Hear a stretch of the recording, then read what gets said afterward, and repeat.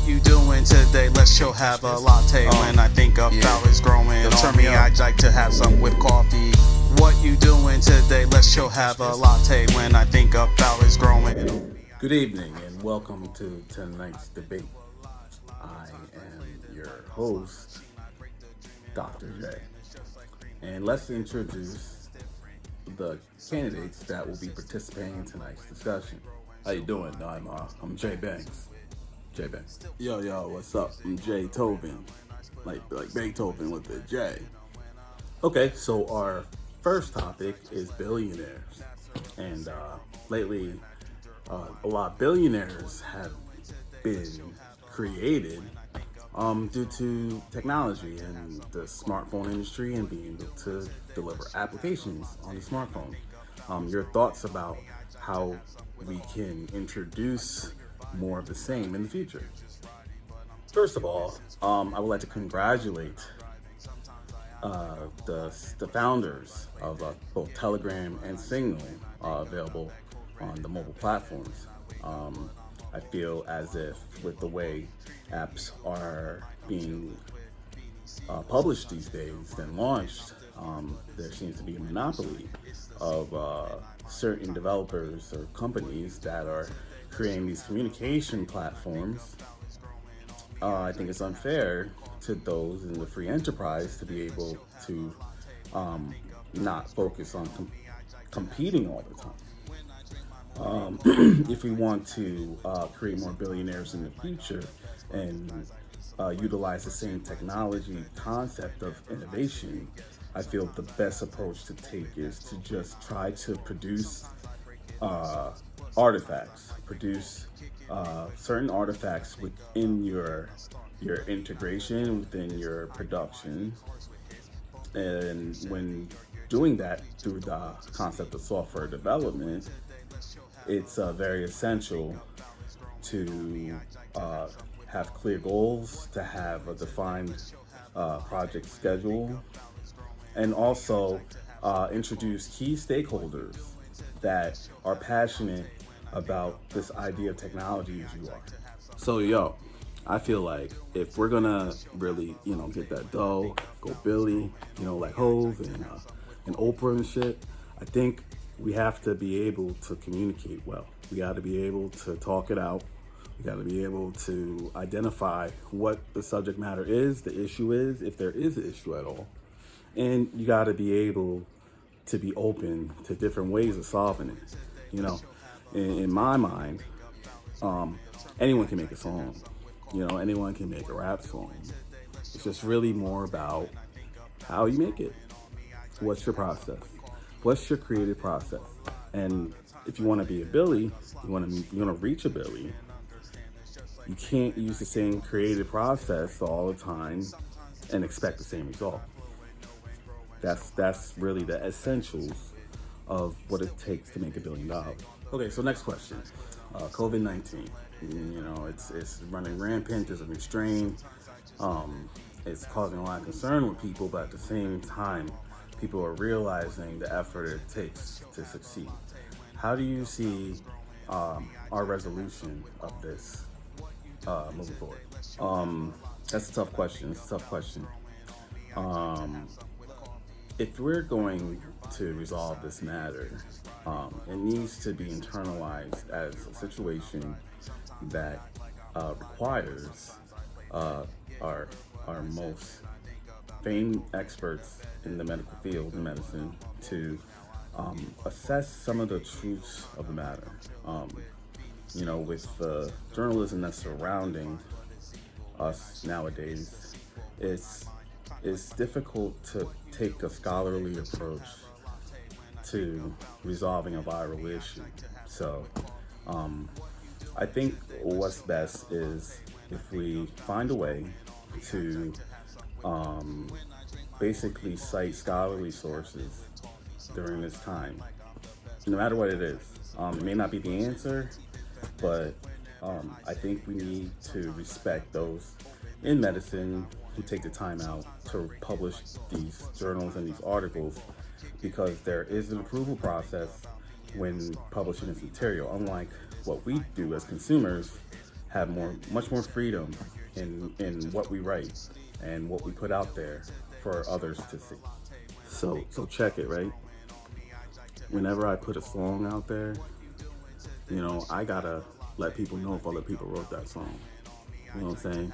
Like if I got a new rap track or new single, you know, I mean, you can have ghostwriters, I guess. But at the end of the day, people are gonna find out, and that's what's happening now with the way with COVID and shit. You know what I'm saying?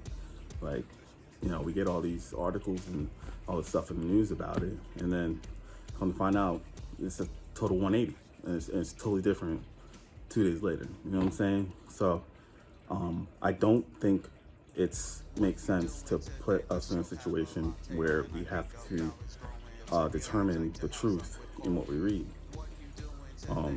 We put ourselves, through this grind so that we get the respect we deserve, so that when we do put it out there, not only do other people respect that, you know what I'm saying, but we respect ourselves, we respect the fact that, it may not be everything in a silver bullet, but at least we know the bounds of what we're trying to solve, you know what I mean? Okay, so the next topic is gun violence. So, ever since we've been dealing with this pandemic and we've been on lockdown here in the United States of America, there's been an increase in violent behavior. And, you can't wake up to the news and not see some incident that happened in a major city near you. How can we kind of stabilize what we see every day? That's a tough one. Another tough one to talk about.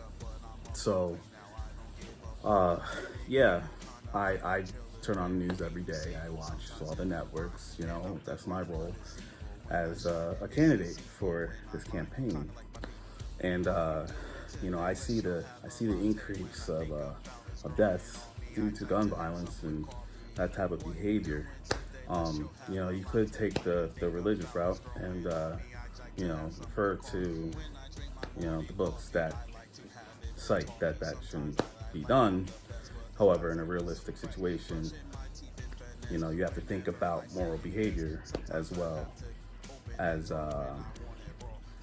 being empathetic towards both parties.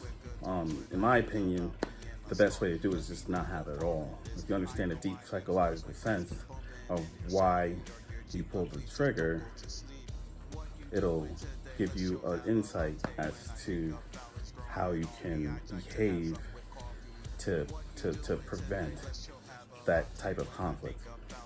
Yo, man, you live by the gun, you die by the gun. You know what I'm saying? Like, sick and tired talking about this. All this acapella talk. You know what I'm saying? Yeah, I know streets is calling, streets is watching. But at the end of the day, what are you doing this for? Like, what's your purpose? Like, focus more on that. You know what I'm saying? It's tough for us to hold this position of power if we're gonna destruct it all the time. You know what I mean? Like, once you realize what you're really worth in life, you're gonna put yourself in better situations and environments that kind of not glorify the behavior, but give you more benefits from being focused and being able to, be able to express yourself in ways that don't promote gun violence. I can smell the gunpowder from here. All right, last topic, but not least for this debate, we're going to talk about student debt. There's been a lot of rumors going around that the next administration will be looking to find ways to cancel that. Your thoughts on that and how it's going to affect our dollar?